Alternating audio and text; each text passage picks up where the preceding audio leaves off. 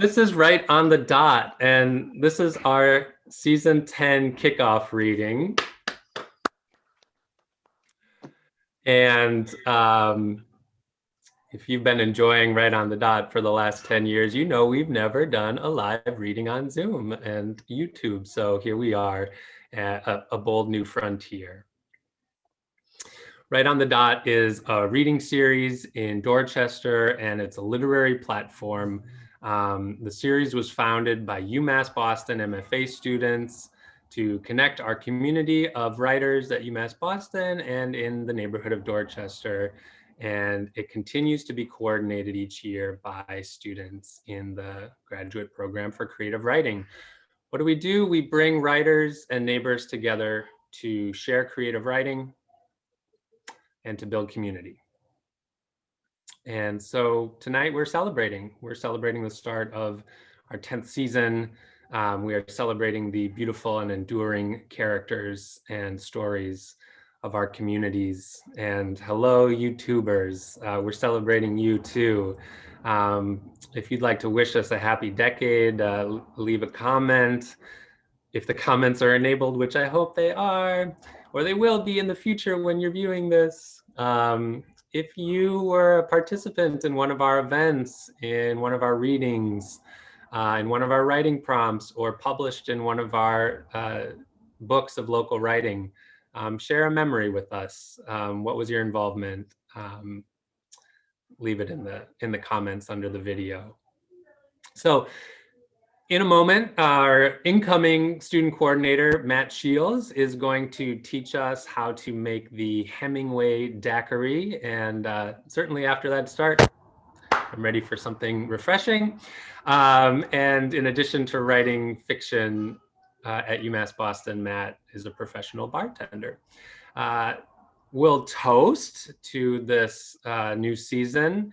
And then we have 4 outstanding local authors who each have a connection either to Dorchester or to the MFA program. 3 of them have books coming out this fall. One of them was just longlisted for the National Book Award. We're in for a treat. Each is going to read for about 7 or 8 minutes. And each of them is also going to share with you a writing prompt. Why are we doing that?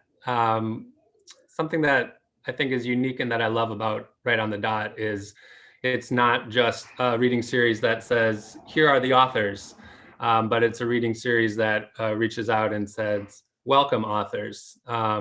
Each of us has language and a story to share. And especially in this extraordinary year, we wanted to launch tonight our Write Through initiative.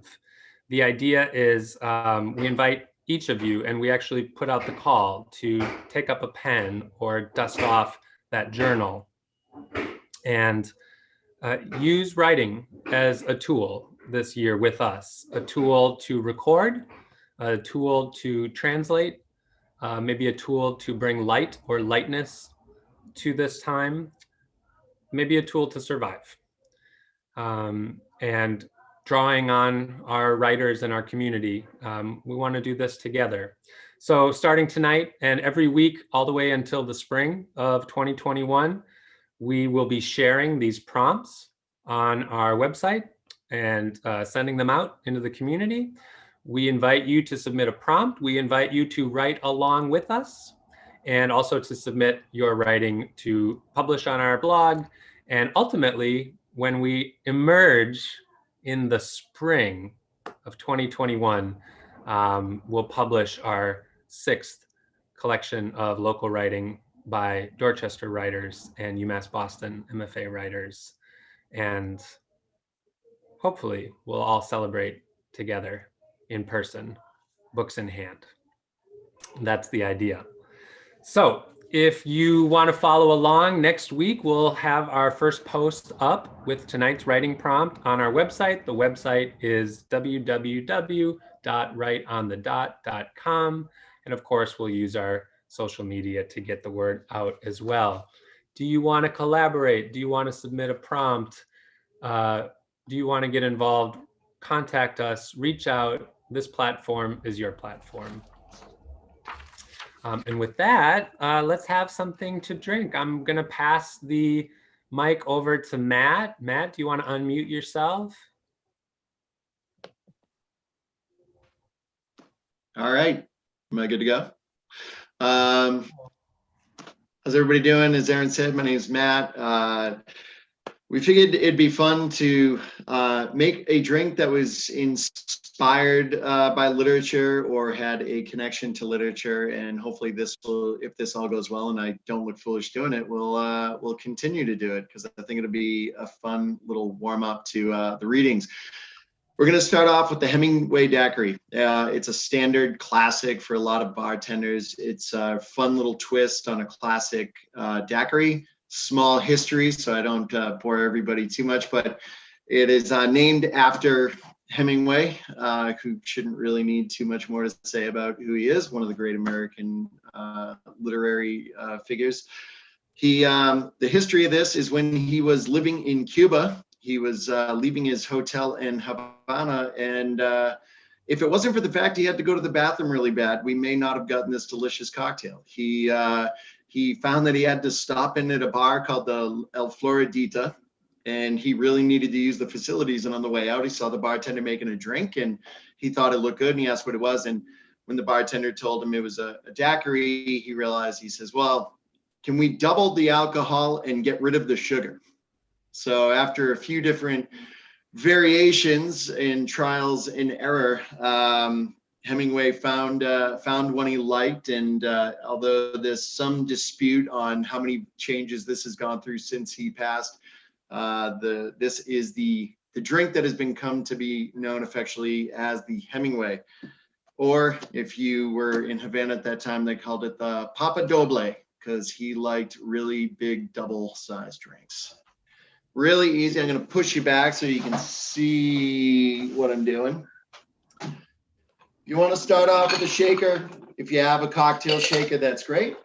If you don't, you can use a shake mixer, a water bottle, or you can just pour the ingredients over ice and enjoy. Either way, it's fine.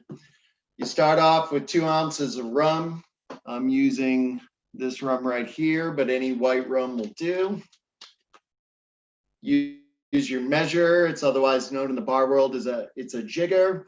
You got 2 ounces on the big side, 1 ounce on the bottom side. So just fill up the 2 ounces.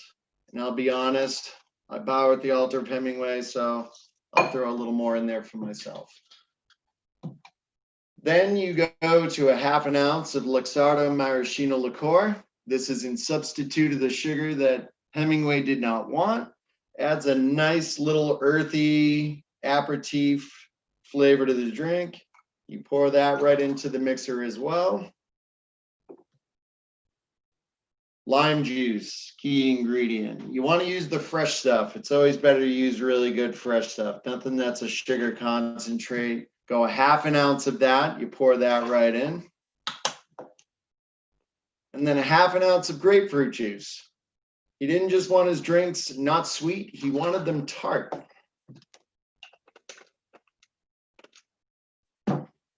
So after you get all your ingredients mixed in, you want to shake it up. You just want to give it a good chill.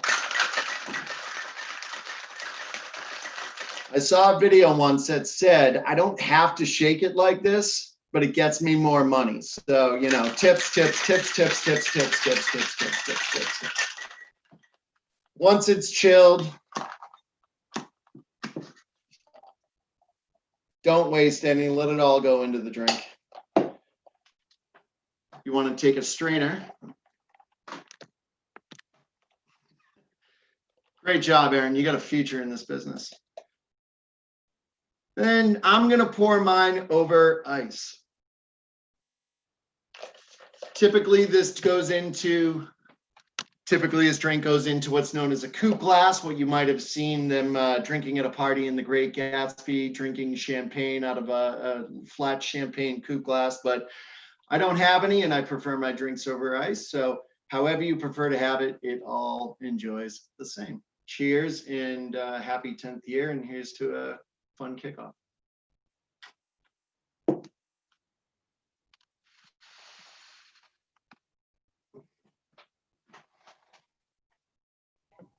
Hey, thank you, Matt. That was outstanding. And I've got good news that we are live. So Matt is back on mute. I'm going to get myself on. All right. Viewers, our first reader tonight is Candelaria Silva Collins. Candelaria is an arts consultant, a writer, and a facilitator who lives in Dorchester. She coordinates the community membership initiative of the Huntington Theater Company, the program manager for the Fellows Athenaeum Trust Fund of the Boston Public Library, and is the coordinator for the Creative Entrepreneur Fellowship of the Arts and Business Council of Greater Boston. Candelaria's children's stories, fiction, essays, and reviews have been published in local and national publications, and she's an active blogger. Her first published children's book, Stacy Became a Frog One Day, will be out this month, Candelaria, October 2020. All right. She's chair designators of the George B. Henderson Foundation and an advisory board member of Right on the Dot. Okay. Please welcome Candelaria. Thank you, everyone. Despite being married for coming up 16 years, I wrote a lot of poetry at one point in my life about, I wish I had a man done left, etc. So even though my love life has been stable for the past 16 or 17 years, I still have this series called Songs Somebody Should Sing. They're a cross between poetry and lyrics. So I thought I'd do something like that. I'm going to share 2 or 3 of them with you. They're pretty short and they come at it all from all angles. So this one is called Another Song Somebody Should Sing. I just want love. I don't care how it comes. I don't care how it looks. I don't care if it cooks. Just come, please come. I must find love. I make an appeal above. I know I don't have much say. I hope it doesn't get lost on the way. Just come, please come. In this world of millions, I just ask for one. One man, one star, one love, one spark, just one love. So that's dedicated to a couple of friends of mine who have been saying that lament of different generations recently. This one is called Our Love. And again, it's with the song Somebody Should Sing stories in series. It's the sound of his breath. It's the touch of his hand. It's the lilt of his voice and the fact he's my man. You dance, you cry, you laugh, you sigh, you love. It's the taste of his lips. It's the lift of his brow. It's the set of his legs, and he's with me right now. Your moves, your tears, your joys, your fears, your love. It's the click of his hands. It's the width of his smile. It's the strength of his back. He'll be here for a while. We dance, we cry, we laugh, we sigh, we love. It's the flavor of gold. It's the color of wine. It's the nectar of us. It will live for all time. Our moves, our tears, our joys, our fears, our love. Can't you hear some music to that? I would love to find a musician. And do I have time for one more, Aaron? Okay. This is called You Just Stopped.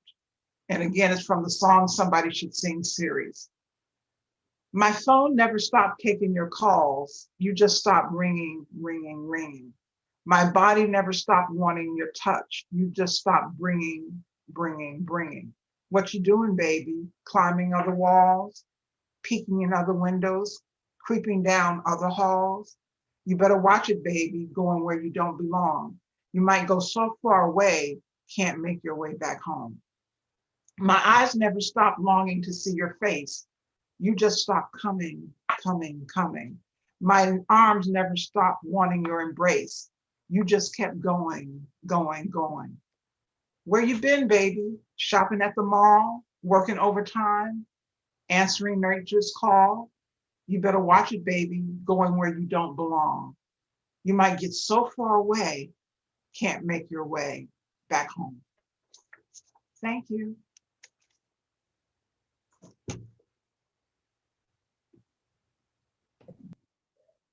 We're cheering on mute for you, Candelari. It's an uproar. Thank you, beautiful.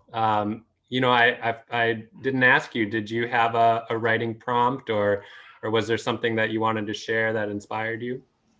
Well, as I said about these, it's just a series of love. And when I hear friends lament about love, or we're talking about old loves and everything, I just write them out, and it's just been this whole series. But my writing prompt, something that I know every time I've taught a writing class, people always respond to is what was your placement in the family? So if you are the youngest kid, write about what it felt like to be the youngest. If you're the middle child, if you're the oldest child, and if you're a single child where you didn't have any siblings, if you start writing about how that felt, it will start you writing something. We always have a story about that.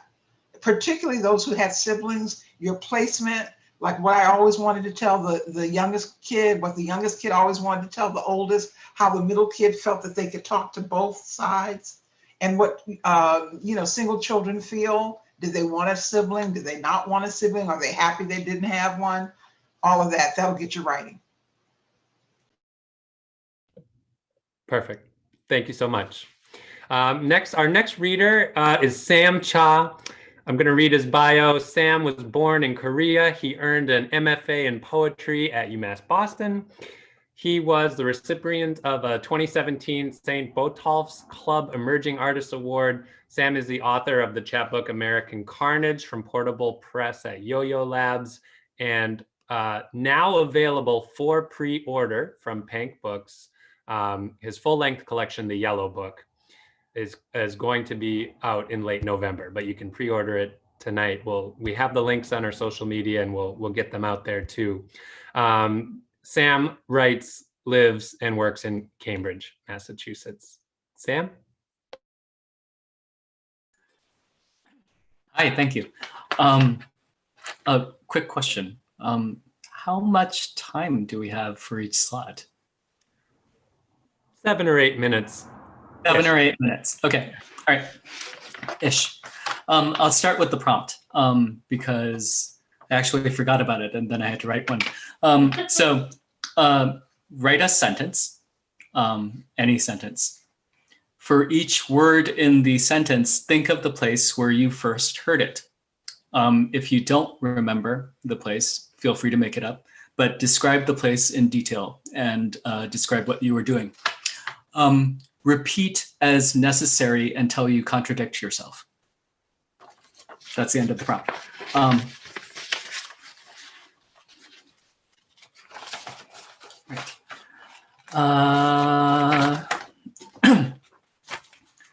All right, so this book is really sort of a mishmash of genres. So I don't have a lot of things that are short. So it's kind of hard to find a thing that is under 3 minutes long. So anyway, here goes. From sickness. Yellow, he says through the mic. His ancestors were Japanese, and I'm Korean, which everywhere else in the world usually means we hate each other. But here we are in this American room full of American poets, and we are American poets too, except no one else looks like us. No one else is thinking of Kipling, how in his children's tale, the parfit, gentle Norman knight tells the tale of his encounter with a yellow man, yellow not from sickness, but by nature. No one else highlit by yellow, which amplifies through the wires, washes through the room with its rolling whaleback of sound, the high, clean yell and the dull oh of surprise, like a knuckle in the gut. Yellow washing over me like the smell in the back of the Lucky Star bus in August. Yellow holding me there, suspended between Chinatowns, between South Station and Canal Street. My yellow skin, he says. But he's not yellow, is he? I'm looking right at him. Not yellow like a lemon, or yellow like in the toilet when you're dehydrated, or yellow like The Simpsons, or yellow like popcorn butter, or yellow like a banana, or yellow like a Twinkie, or yellow like the sun, or yellow like a cab, or yellow like a taxidermied tiger, or yellow like Donald Trump's hair, or yellow like cowardice, or yellow like wallpaper, or yellow like a streak of fat, or yellow like nicotine stains, or yellow like a fading bruise. Is that what he sees when he looks in the mirror? Frantz Fanon. I become aware of my uniform. I had not seen it. It is indeed ugly. Peril, yellow. Inscrutable menace, yellow. Cunning, yellow. Fifth column, yellow. Fecund, yellow. Geisha, yellow. Irredeemably lazy, yellow. Opium, yellow. Unchanging, yellow. Buddha, yellow. Wake up, yellow. Go to sleep, yellow. Co-write a book with Tess Gallagher, yellow. Born in an internment camp, yellow. Parents sent there because their neighbors looked at them and saw, yellow. Parents retroactively, posthumously yellowed. Racism like Kafka creating its own lineage, and I am in it now, Larry Matsuda. I have always been in the yellow with you. Forced into the same skin, gulped down by yellow, Jonahs in the belly of a ridiculous Leviathan. And I should know better. And I'm sorry, but to be perfectly honest, racists like to say they're just being honest, and I'm no exception. I hate us a little bit for it.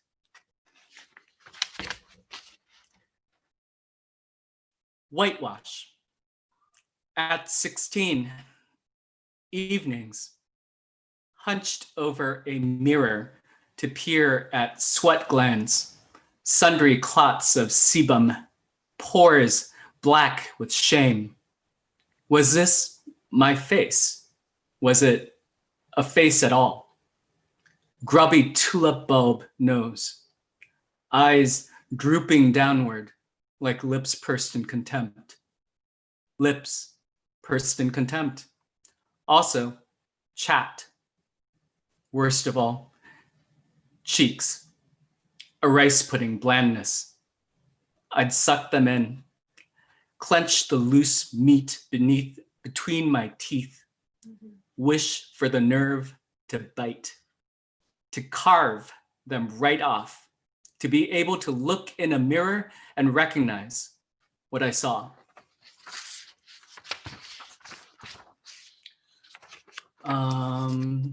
I'm going to do one last one, but I need to find it first. All right, here. This is 4 minutes long, assuming that I have 4 minutes left. The psychological hour. The man who had assumed I was Japanese walked out with his sake after thanking me in Korean. That much was ominous. Then I rang up a man who didn't want a paper bag for his bottle of wine. Let's save the trees, he said. Those trees are already pretty dead, I said. Whatever, he said, clutching his Sancerre by the throat. Have a good night, I said. I thought I understood irony. Then I worked in retail. I rang up an old bespectacled man on crutches who wanted to tell me about his close female friend, practically my daughter. I call her my daughter, he said, who was Chinese. I didn't have to ask him why he was telling me. It was ordinary. It was plain. It was plain to see that he thought. It was plain to see from the nose on my face, the planes of, the angles of, my eyes, les yeux. I held the door so he wouldn't trip and break his hip. See you next time, Arthur, I said, and handed him his cheap Bordeaux. Next, I rang up a French grad student who paid with a Tupperware full of 5 pennies, 77 nickels, 83 dimes, and 65 quarters, all of which I had to count, all of which I would have to count again when I closed the register for the night. Keep the change, he said. Thanks, I said. Sarcasm is from Greek, to gnaw, to tear, to bite at your lips with rage, a mouth that eats itself, to consume, to replace your flesh with the meat of anger. Blood-lipped and verdigris-fingered, I rang up a man who was 7 feet tall, and I resolved to buy a new bottle of dandruff shampoo. I took care not to scratch my head as I rang up a man who said, wow, Every time I'm here, you're always crushing the books. I just finished reading Edinburgh. I rang up a man who asked me about myself and then said, well, my favorite poet is Ezra Pound. I didn't say I think of Ezra Pound as Nebuchadnezzar crawling around gnawing on leaves of grass. I didn't say I think of him in a cage with mud under his fingernails, grass stains on his teeth, grass stains around his mouth, grass foam flecks flying as he mutters into a grass shit stained microphone, the Jew, the Jew, the Jew. I did not say in every poetry workshop there is a white man whose favorite poet is Pound, and it is always a white man in the workshop whose favorite poet is Pound, and a white man whose favorite poet is Pound will always tell you in the workshop that his favorite poet is Pound, and a white man whose favorite poet is Pound is a white man whose favorite poet is Pound, is a white man whose favorite poet is Pound, and the white man whose favorite poet is Pound will always try to talk over you in the workshop, and he never has anything useful to say because he fundamentally doesn't believe that anybody else who is not a white poet whose favorite poet is Pound has read anything of worth, i.e. Pound. But nevertheless, I like a Sestina, a Villanelle, a half gross of line breaks, and I like the way he howls when he reads a canto like Hecuba on a shipwrecked beach. Instead, I said, which of his works do you like the best? And he said, in a station of the metro, like I fucking knew he was going to say. And I said, petals on a wet black plow. And I handed him his 6-pack of dry hopped cranberry goza. I rang up a regular customer who, with one pale, well moisturized and red nailed hand, turned my copy of Edinburgh around so she could look at the cover. She didn't ask for permission. She didn't say anything. I rang up a new customer who asked me about the book that I was reading, Shadow Feast by Joan Houlihan. And then when I told her what I was reading, said, oh, I wasn't expecting poetry. By this time, I must admit, I was running low on patience. Why not? I asked. I looked her in the eye. Well, she began. Her eyes were very blue. Well, I guess I don't expect poetry from anyone. You know what I mean? I did. Thank you.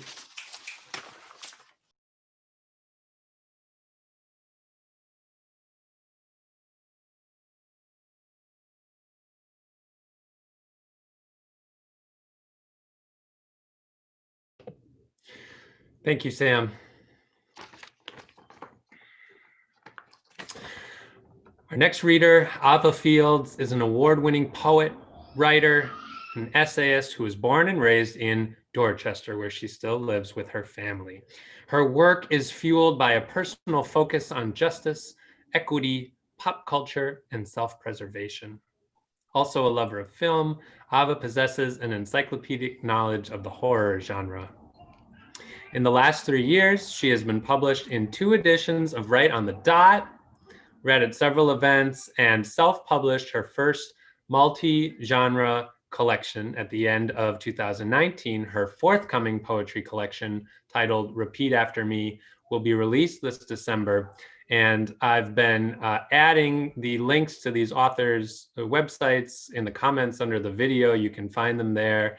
I will also add the link to Ava's first collection and a link to our Write Local page, where we are posting the links of publications by writers from Dorchester and writers from UMass Boston MFA. So please check those out and help us update that.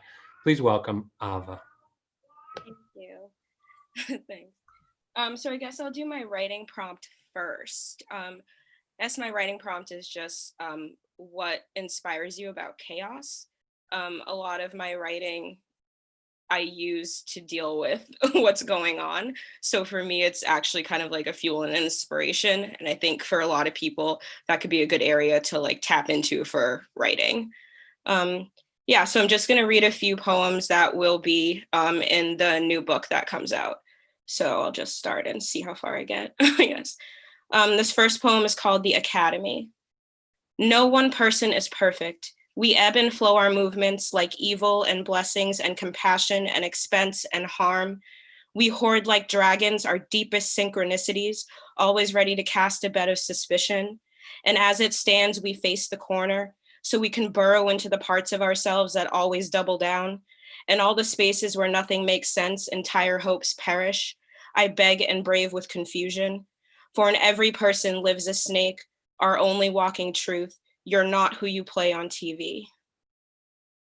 That was it. Okay. So my next poem is called While They Were Still Breathing.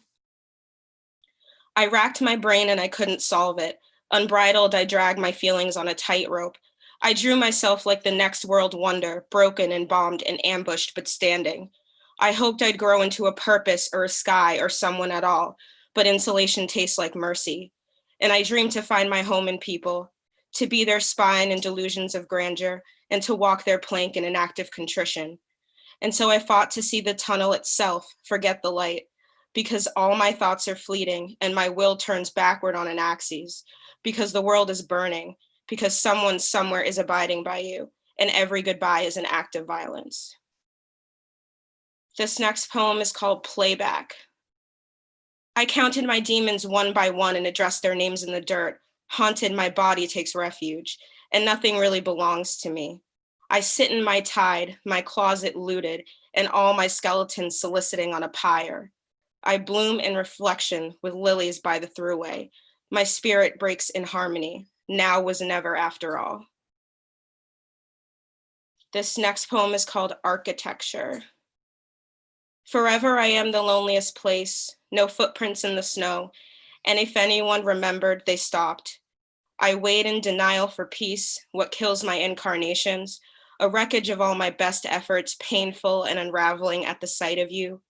So somberly I move weak, crawling under the covers, single file through the midnight, and grateful the world is burning at my feet. This next poem is called Half is Missing. A skull can shatter into 1,000 pieces and never tell the truth. Blinded, I let my shoulders touch the sky. There's 8, maybe 7, maybe 10 of me, glowing like mad for something I only saw once. I am the nightmare, the core moving, the insidious background, like paper whipping through the dusk. I try to identify the voices on the back of my neck, the worry and the weight all tied up in ransom. So I leave myself in an orchard where everything gets torched, ashes to palms, the first good night, and I'm encrypted again for no reason. This next poem is called The Void. Crawling to the door with my teeth, I am besotted. I am tested and trailed by envy. I want nothing more than forgiveness, a physiological ripcord. But memory is immortal, branded to the skin. And so to forget, I simply remember. This last poem is called In the Days That Followed. They say your first love should be a guillotine, a swift indoctrination, and maybe revolutions are built on bodies. Maybe streets flow with dissension and glass, and the lucky ones watch from their porch. So we board up our doorways and falter, collecting the universe in spades. We bankrupt our homes with captives and victims, and bellow in agony for all the things we allow. We do lines of indignance without remorse, settling for a rapture, reigning with peace. I move like honey, covering my path in all the red flags. I think of the start, all the visions of prey making their escape, of the children in cages, of the crossfire in the boardrooms, of the acute death of process. We only break for ourselves because trust grieves in your bones and our wings are melting in the sun. That's it.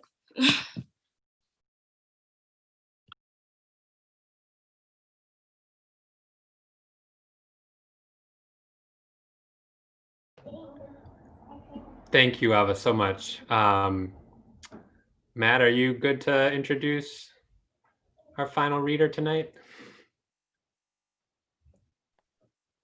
I think I'm good to go. Yeah, I think I am. Okay. All right, so our final reader tonight is Dr. Lillian Yvonne Bertram. They are the director of the MFA program at UMass Boston, as well as being an associate professor. But even more importantly, they're the author of the book of poetry Travesty Generator, which, good news, high praise and applause all around, has just been longlisted as one of 10 books to be considered for the National Book Award in Poetry. you all saw me talk and make my drink and steal this spotlight long enough. So to no further ado, Dr. Bertram. Thank you. Hi, YouTube. Hi, everyone. Happy Friday night. Thank you to all the readers, Sam, Ava, Candelaria. Thank you, Aaron, for putting this together. Thank you, Matt, for that introduction and that awesome drink. I have my soda water here. That's as fancy as I'm getting. I'm going to read, I think, a couple poems about money. And that's because, and this is tied to my writing prompt really, which is, to write about what images obsess you and what you think about when you're daydreaming or nightmaring, what kinds of images you find yourself returning to or seeking out for comfort. But alternatively, the obsessive images that you repress and fight with, and the ones that maybe are sources of discomfort and psychic trouble. And for me, money is one of those images and things that cause me a great deal of psychic trouble. So I'm going to read some poems about money, which I'm sure we can all relate to. This first one goes out to my dear friend Kate, and it's called Monopoly Money. The year I was fucking codename Mark Sloan and called it dating, Kate was for real dating the tattooed, skinny, vegan anarchist who would break her heart for an even skinnier, tattooed, wannabe crust punk. And Kate was also fucking a Doctor Who lookalike, the David Tennant one. And Karen was staggering back from Kevin, who returned from his work trip engaged to a coworker, so Karen had to move out right now. And Suze got punched in the face by Brian. And Mark Sloan's girlfriend hated me, so I hated her right back. And Mark Sloan was an alcoholic fireman the year I had a thing for drunks in uniform. And a year later, when heroin jumped our comrades like checkers, we were still buying 6-packs at 9 a.m. and drying out in the park. And in the coldest February on record, the polar vortex peaked the night Kate's mom died. And we waited in the ICU with bourbon under our parkas till Kate came out with her mother's things in a canvas tote bag. And Kate's dad offered to buy us some pizzas, but we went to the bar instead and did shots till midnight. And then it was Kate's birthday. And we loved hard as we'd been taught to love, but mothers stayed dead. And before he stopped leaving his house for good, Kate's dad stood with us in the hospital parking lot and pointed to the swirling red gases so many millions of miles above and said, "See that? That's Jupiter."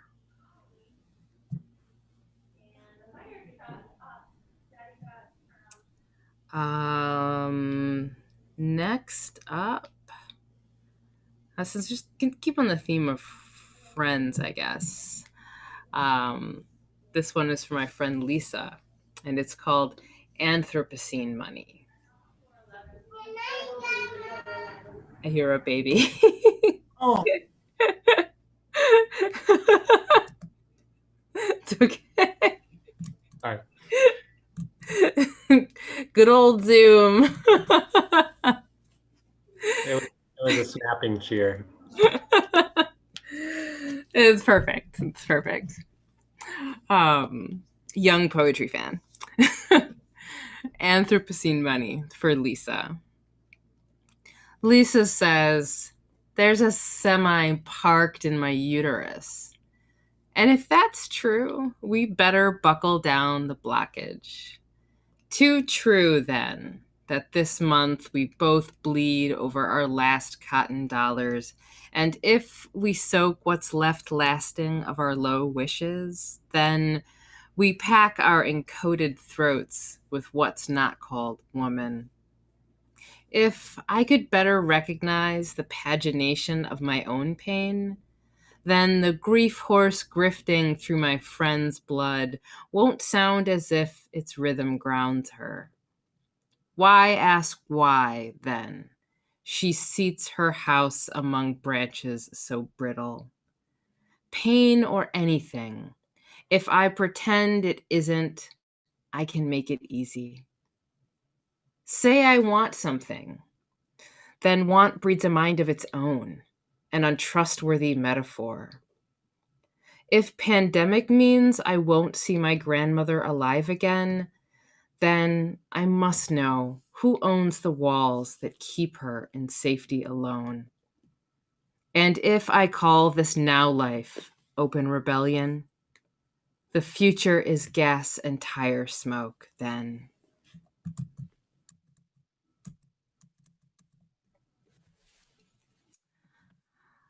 When I think about money, I think a lot about what it makes possible, and also some of the crazy things that people get to do when they have like so much of it, which naturally makes me think of like Amazon and Elon Musk and whatnot.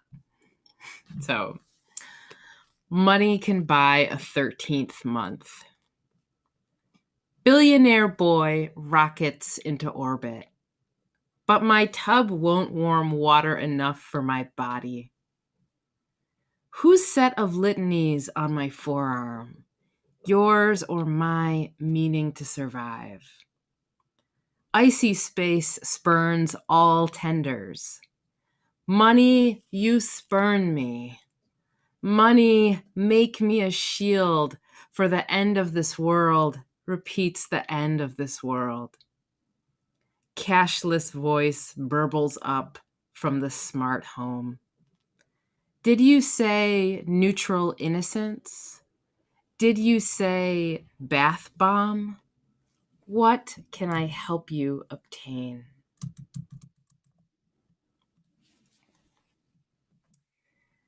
This one is a duplex, which is a form invented by the poet Jericho Brown, who last year won the Pulitzer Prize. Or maybe it was this year.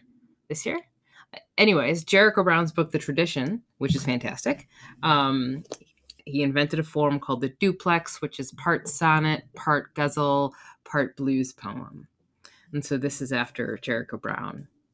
Money rules a duplex. Last one to the water loses real estate. It's real. Like a steak, you can sell it. Like a steak you can sell, it's real. I own nothing anyone could want to buy. I live at the waterfront of a debt burden. If we haven't met, I bet I owe you dinner anyway. I've been paying penance on who I have yet to hurt. Out of favor, I ask for more time to please with interest. Last to stake a fence loses land rights, or so the market tells me. Sell me what I want, an estate that's mine for real. Last one to the water loses. And I'm going to end on a poem that I wrote quite a while ago now, but was sort of, it was inspired by a figure, let's say, rising to power, making outrageous claims to fix things, claims that could never possibly be true, but people believed them anyway. So this is called Negative Money. So delirious from drought, my town went singing to seeds. Those who stayed could barely make a Sunday choir. Not enough juice in the county to plump up the memory of water or a single itinerant tomato. I made the same poisoned meal. Days like 2 midnights in a jar, and it takes twice as much money to live the way a cactus lives on air. My men took to cards and drink as punishment for stricken soil. The dust blew so bad, and like anyone, I made a list of names I wouldn't mind dressing in a child of my own. We paid a charlatan to shoot rain out of clouds, but the dynamite tied to kites proved more useless than mud. Like any good charlatan, he never returned. Enough pale misery. Now we are poor in every corner of the word. Not a pot to piss in, or the skin of a fig to suck on. Thank you. Thank you, Right on the Dot. Thank you, Aaron. Thank you, YouTube. Thank you, Zoom. Thank you, everyone, so much.